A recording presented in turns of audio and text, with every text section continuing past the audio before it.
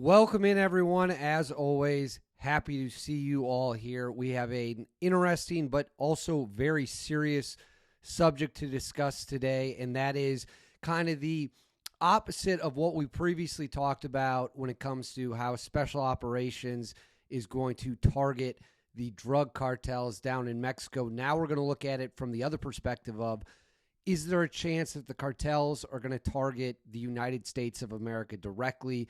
What could that look like? What can we do to stop it?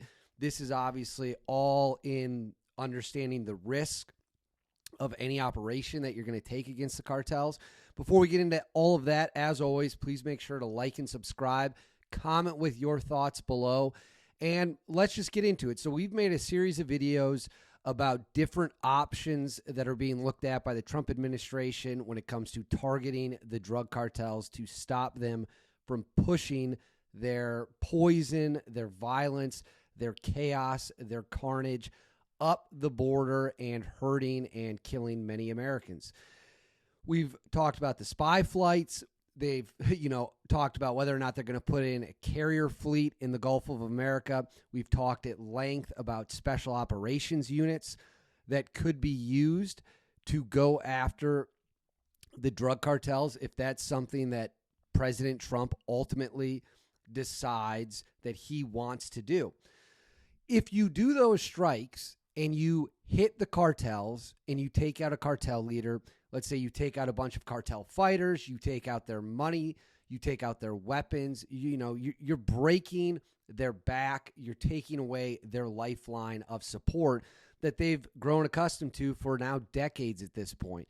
Many of these cartels go back to the early 90s, mid 90s, and then they splinter off into different variations. So when you attack their pocketbook, just like anything else, just like any other organization or government or whatever it might be, there is probably going to be some attempt to strike back, hit back, get revenge, retaliate, reestablish deterrence, whatever you want to call it. So is it likely, is it possible that the cartels would carry out attacks inside the United States if President Donald Trump decides to go in, absolutely destroy one of these dudes, whether it's with cruise missiles, Tomahawks, Delta Force, SEAL Team 6, if they go in and decide, hey, we're taking that guy out, they come in the middle of the night in helicopters and they just blast them away, is there a chance the cartels could hit back inside the United States? Let's talk about it.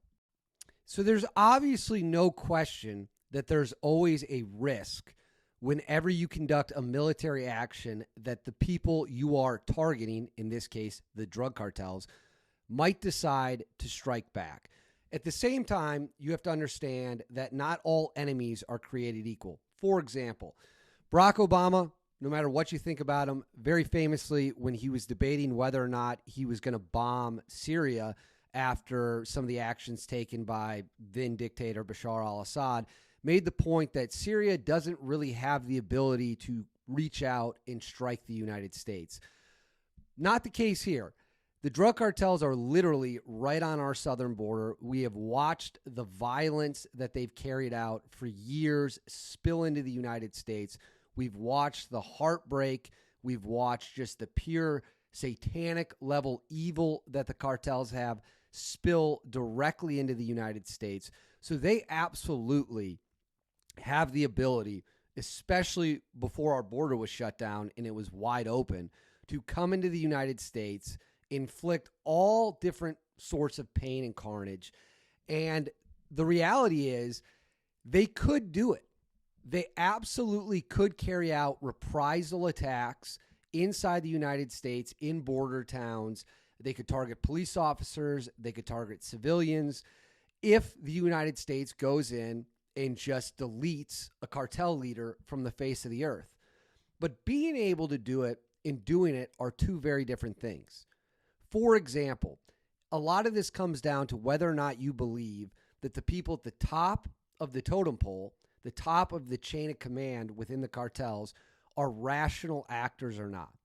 If you believe that they're motivated by money and power, which I think history would dictate is probably the case, they're not going to be incentivized to go into the United States and start harming United States citizens in retaliation for whatever military action the United States might take against them.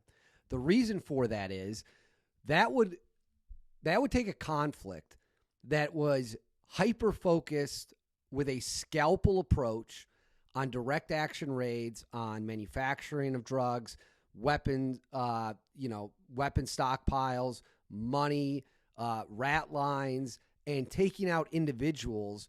That would turn that conflict into a full-on war. In my last video, I talked about how you're not going to see tanks rolling over the Mexican border in an invasion style like it's World War II. That's just not going to happen. It is a special operations, hyper-focused, narrow, pinprick style approach that the Trump administration seems to be taking right now.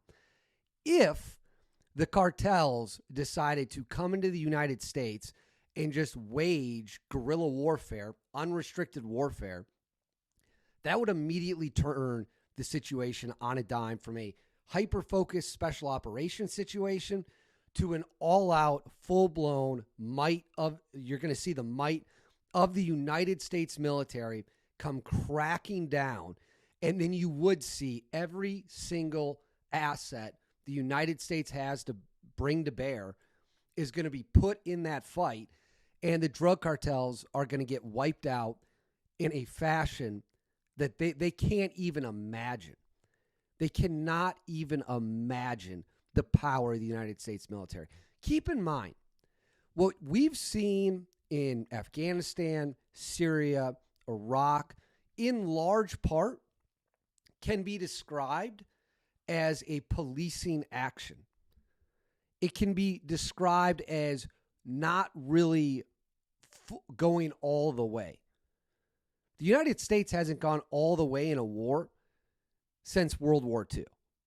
That's just a fact. Even in Desert Storm, we came in quick, we hit the Iraqis hard, then we packed up and went home. People seem to forget just how powerful the United States military is. And if you're a cartel leader and your goal is to survive and remain living so that you can keep making money and pushing your poison and carnage and violence, ordering attacks to be carried out inside the United States would be the greatest way to sign your own death warrant. Any cartel leader who ordered that would be killed at the first possible opportunity by the Trump administration.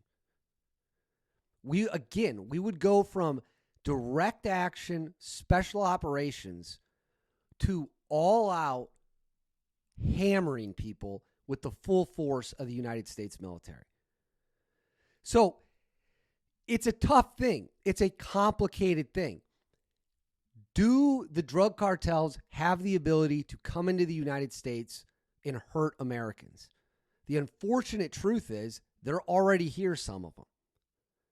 And so, yes, to some degree, they do have the ability to hurt people here in America.